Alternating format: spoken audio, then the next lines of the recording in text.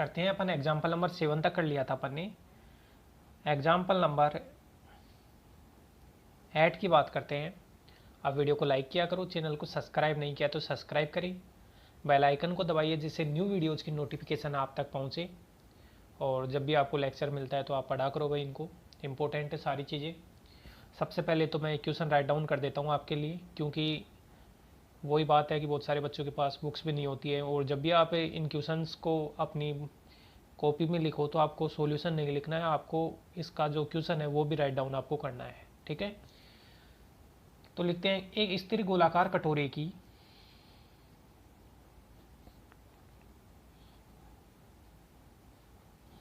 एक स्थिर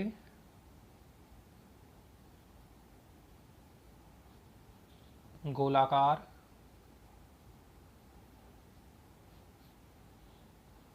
कटोरे की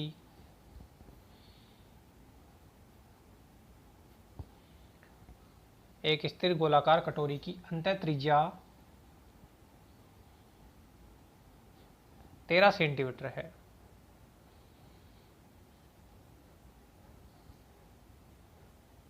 एक स्थिर गोलाकार कटोरे की अंतः त्रिज्या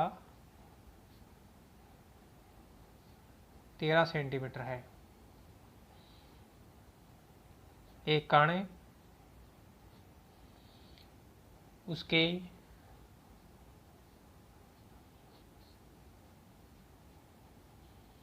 अंतः धरातल एक कण उसके अंतः धरातल के किसी बिंदु पर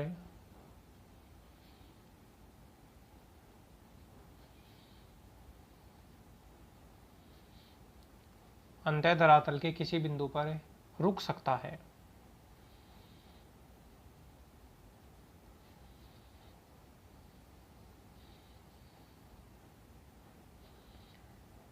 यदि उस बिंदु की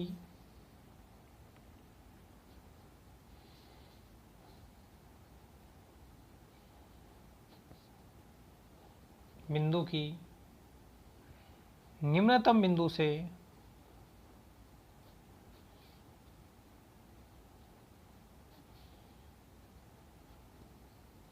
ऊंचाई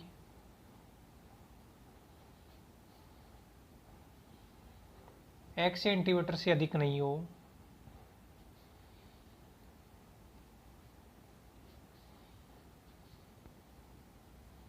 तो कटोरे व कण के बीच में घर्षण गुणांक ज्ञात करो।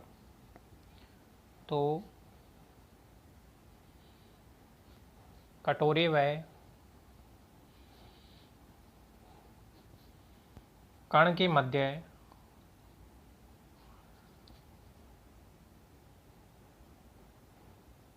घर्षण गुणांक ज्ञात करो।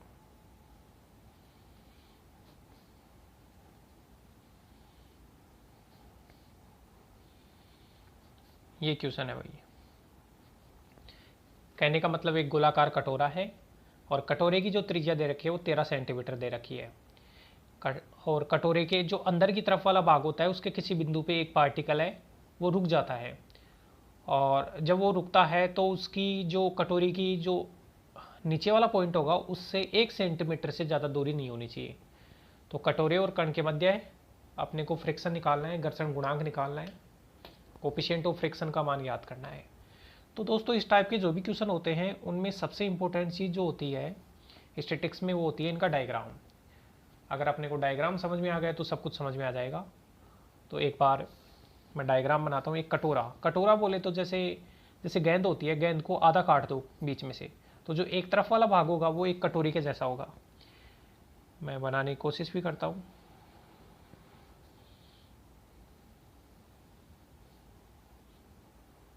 चित्र थोड़ा अच्छा सा बनाना आप।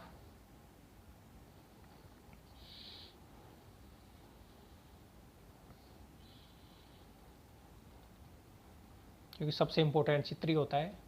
ये अपन ने एक कटोरा बना लिया, हाफ गेंद मान लो इसको, या हाफ गोला मान लो, एक ही बात है।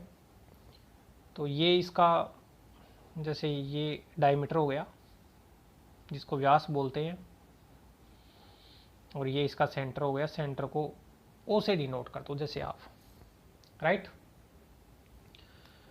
अब देखो, ये कटोरे का जो नीचे वाला पॉइंट है ए, अब क्या है कि कोई कण है, अच्छा तो ये ओ ए हो गई, वो कटोरी की क्या हो गई, रेडियस, ओ ए हो गई, वो क्या हो गई अपनी रेडियस, और अपने को रेडियस का मान कितना दे रखा है 13 सेंटीमीटर, तो ओ ए का मान कितना हो गया 13 सेंटीमीटर। अब जैसे मान लो कि एक कण है वो इसके अंदर की तरफ ऐसे स्लिप हो रहा है, तो किसी बिंदु P के ऊपर मान लो साम्य अवस्था में वो कण यहाँ पे है, अब कण यहाँ पे है और जो A है वो इस कटोरे का निम्नतम बिंदु है, तो निम्नतम बिंदु से ये जो दूरी है, आप इसको जैसे इस पॉइंट को आप P मान लो यहाँ पे, तो ये मान लो आप C मान लो इस पॉइंट को, राइट। तो ये जो डिस्टेंस है कौन सी भाई, यहाँ पे आपका पार्टिकल है, एक बार मैं थोड़ा सा इसको बना देता हूँ अच्छे से, अपना पार्टिकल है इस बिंदु पे स्थित है, P बिंदु के ऊपर अपना पार्टिकल स्थित है, तो ये OP हो गई, वो भी रेडियस हो गई, तो OA बराबर क्या है OP, ये दोनों रेडियस है, तो ध्यान से अपने को दिख रहा है। अब यहाँ पे दे रखा है कि भाई कण है वो अंतः धरातल के किसी बिंदु पर रुक जाता है, मैंने मान लिया कि बिंदु P के ऊपर अपना कण रुक जाता है, यदि उस बिंदु की निम्नतम बिंदु से ऊंचाई 1 सेंटीमीटर से अधिक नहीं हो, कहने का मतलब ये जो बिंदु है और ये निम्नतम बिंदु है, तो निम्नतम बिंदु से इस बिंदु की बिंदु P की निम्नतम बिंदु A से जो ऊंचाई है वो 1 सेंटीमीटर से ज़्यादा नहीं है, कहने का मतलब जो AC का मान है वो कितना है 1 सेंटीमीटर, AC का मान कितना है 1 सेंटीमीटर, ये क्वेश्चन के अकॉर्डिंग है। तो बिंदु P की, अगर बिंदु P की ऊंचाई निकालोगे तो यहाँ से ये लंब डाल के निकालना पड़ेगा आपको, तो ये 1 सेंटीमीटर। अब बताओ टोटल जो था वो A का मान 13 सेंटीमीटर था, तो ऊपर वाला कितना बच गया 12 सेंटीमीटर बच गया। चलो ठीक है।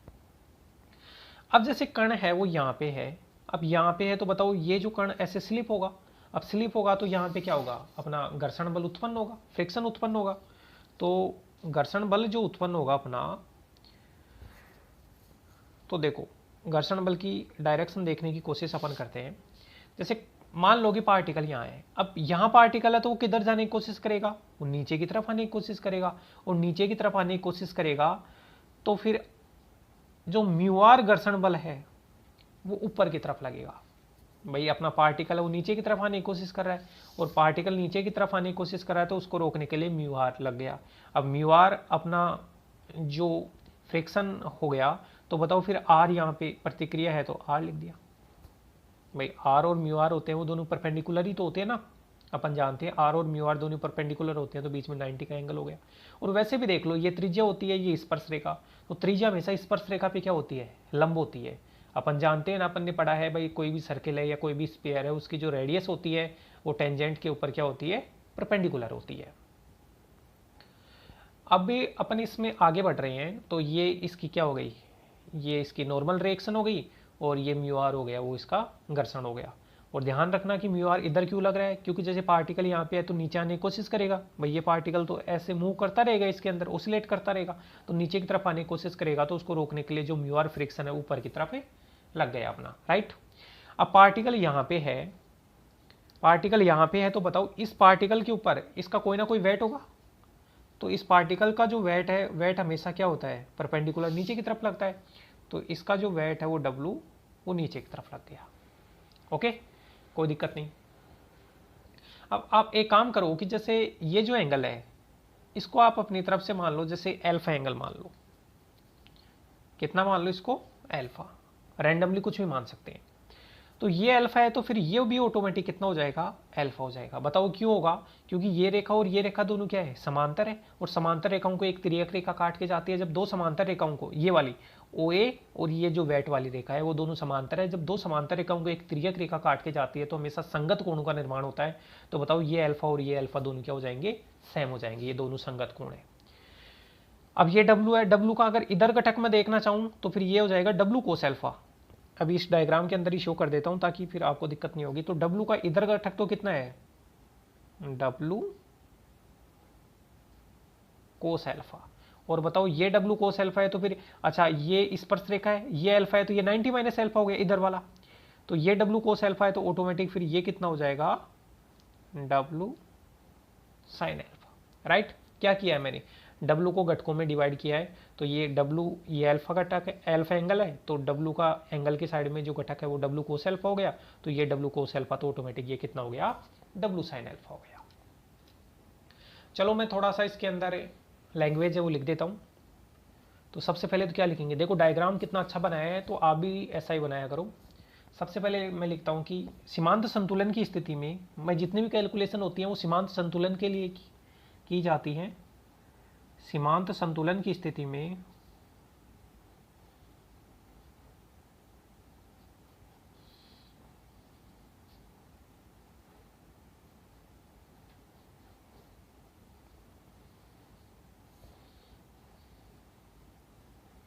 कण माना P बिंदु पर है, तो आपको ज़्यादा थ्योरेटिकल पार्ट लिखना नहीं पड़ता है अगर आपने क्वेश्चन अच्छे से किया है तो। P बिंदु पर है, माना ये जो P बिंदु, इस बिंदु को दे रहे हैं, यहाँ पे अपना पार्टिकुलर थोड़ा गहरा करके दिखा देना। माना P बिंदु पर अविलंब प्रतिक्रिया बल, माना P बिंदु पर अविलंब प्रतिक्रिया बल R व घर्षण म्यू आर है। P बिंदु पर जो बिंदु P है उस पर अविलंब प्रतिक्रिया बल है वो तो R, और घर्षण कितना है, म्यू आर है, और घर्षण की दिशा ऊपर की तरफ है। तो अपन क्या करेंगे कि भाई सीमांत संतुलन की जो स्थिति है उसमें घटकों में वियोजित करेंगे। तो मैं यहाँ लिख देता हूँ बिंदु P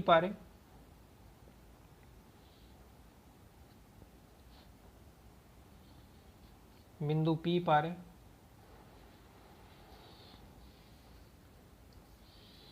भार W,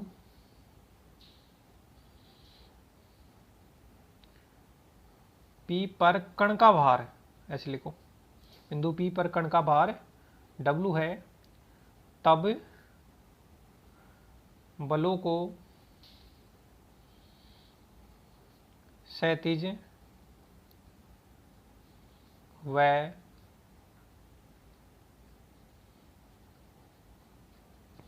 ऊर्ध्वाधर दिशा में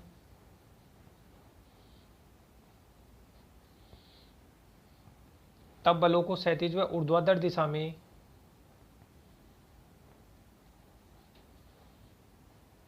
घटकों में वियोजित करने पर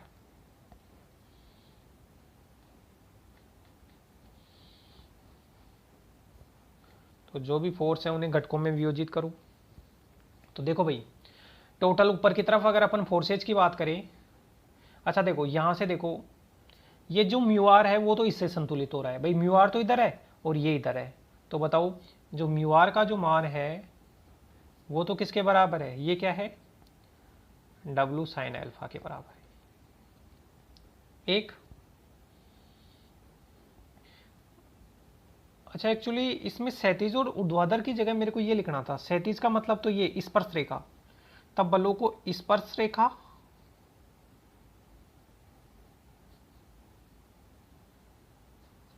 ये तो स्पर्श रेखा हो गई, और ये क्या है, अभिलंब है, तो ये थोड़ा सा करेक्शन कर लेना,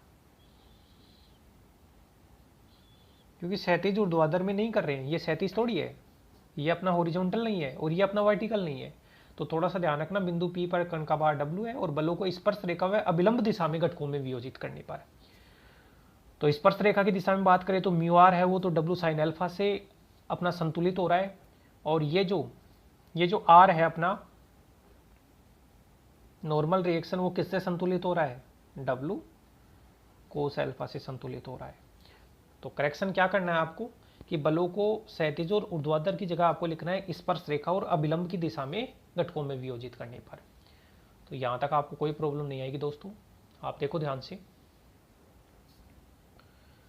बहुत सिंपल है कि अपने को निकालना क्या है, यहाँ पे घर्षण गुणांक का मान निकालना है, म्यू का मान निकालना है, घर्षण गुणांक है इसको कोफिशिएंट ऑफ फ्रिक्शन कहा जाता है, म्यू की वैल्यू निकालनी है, और म्यू की वैल्यू आसानी से इक्वेशन 1 और 2 में, इक्वेशन 1 में 2 का भाग दे दो, तो यहाँ से म्यू का मान W से W कैंसिल आउट हो जाएगा और ये tan अल्फा बन जाएगा। तो देखना